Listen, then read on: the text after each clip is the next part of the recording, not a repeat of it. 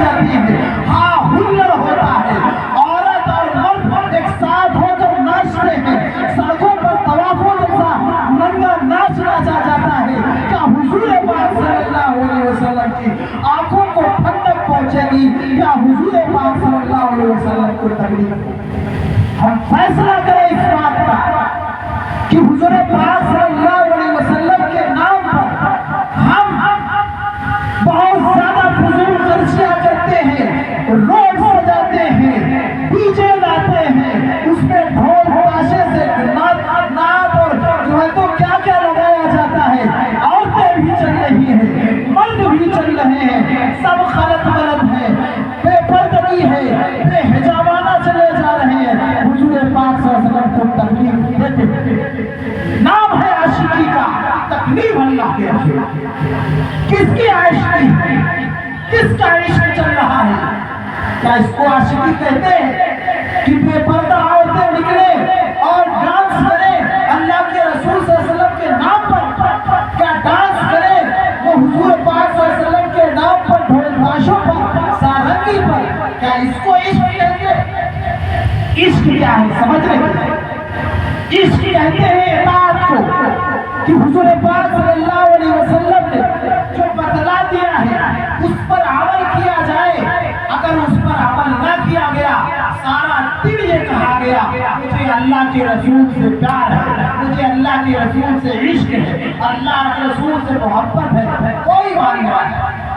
آپ کا کام ہی نہیں ہے اللہ کے رسول کے عشق کا، آپ نے جو ہے تو کردار ہی نہیں ہے اللہ کے رسول کے عشق کا۔ پڑوسی ہم سے ناراض، بھائی بھائی سے جدا ہے، اور جو ہے تو یہاں تک کہ بہن اپنے بھائی سے نہیں بولتی، بھائی بھائی سے جو ہے تو دشمنی پیدا کیا ہوا ہے۔ 99% 95% کم سے کم ایسا ہے کہ کوئی پڑوسی اپنے پڑوسی سے خوش نہیں ہے۔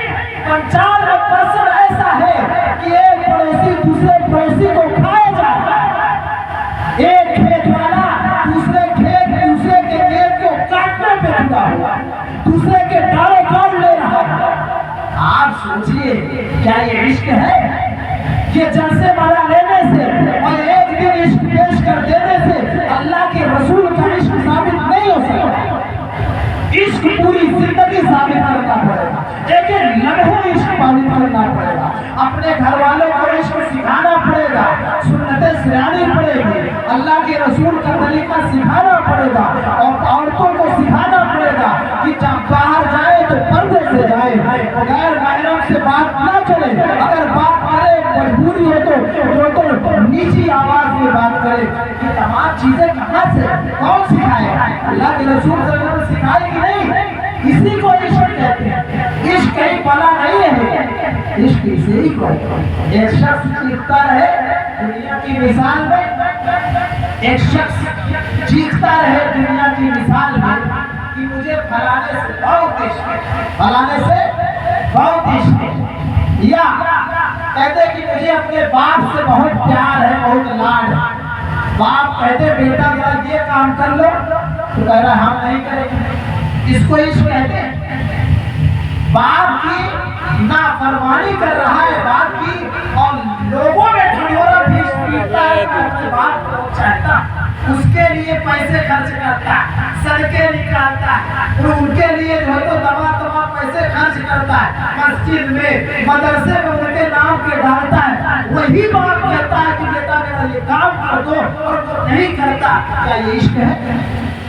نہیں ہے۔ پہلے باپ کی اطاعت کریے، پھر ان کے نام پر لٹائیے۔ پہلے باپ کی اطاعت کریے، پھر باپ کے نام پر خرچ کریے۔ پہلے رسول اللہ صلی اللہ علیہ وسلم کی اطاعت کیجیے، پھر عشق کا اظہار۔